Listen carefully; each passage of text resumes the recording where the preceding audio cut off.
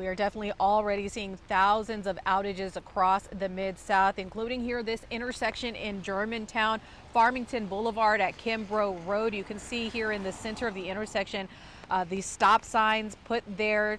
Of course, you want to treat any intersection where the lights are out as a four-way stop, which drivers are doing here. But we saw multiple intersections with the lights out along Farmington Boulevard.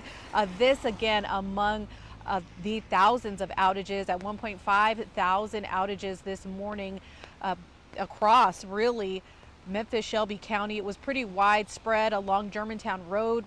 In Germantown, in Cordova is where we saw the bulk of those outages. And MLGW, they said they expected this. They told Fox 13 that they had crews on standby ready to respond. 50 crews ready to complete damage assessments, make repairs, and restore power, and more than 130 tree trimming crews available to clear debris. Still, they caution and just give you the heads up to be prepared for potentially having an outage for a while. If you encounter one, they say it takes about 8 hours for each crew to repair a power pole that's down. So that's something you want to keep in mind. Again, we're seeing these outages not just here, but across the path of Francine, and we're expecting more rain, more winds, and MLGW says that is just the combination that unfortunately can lead to these outages, with that saturation in the ground from the rain. And then those winds, the right amount of wind could topple a tree onto a power line. They say if you see any trees down on power lines, don't touch it. Contact MLGW so they know about it and can start repairing that outage or restoring the power. In Germantown, Carolyn, Cerda, Fox 13 News. I just see like marshals, like with the shield up, like with rifles pointing, they like, put your hands up and come down the steps. All I could remember saying was, no, sir, y'all got to have the wrong person.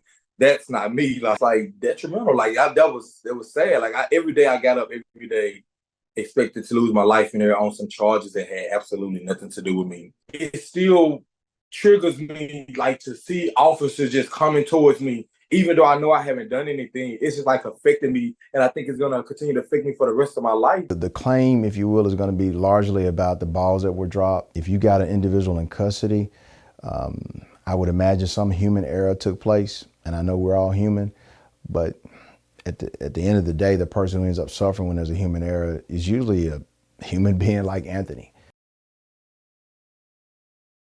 Going on right now, testimony continuing in this federal trial. Tadarius Bean, Demetrius Haley, and Justin Smith all inside that courthouse once again. Now, who we're expecting to hear from this morning, his name is Lawrence Wright. He is a trainer for the Memphis Police Department, specifically for traffic stops and use of force. He also apparently trained Tadarius Bean and Demetrius Haley while in the academy. So that is who the jurors are listening to right now give their testimony. At some point during this trial, we also know that Justin Smith, one of the defendants, will take the stand at some point and testify himself as well. Now, Emmett Martin III and Desmond Mills, two other former officers, they've pled guilty to their federal charges.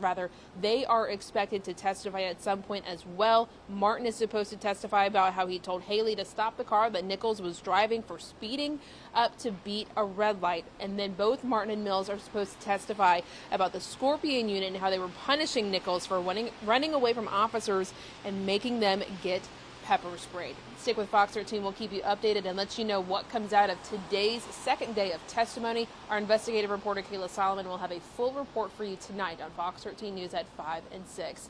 In downtown Memphis, Sheila O'Connor, Fox 13 News.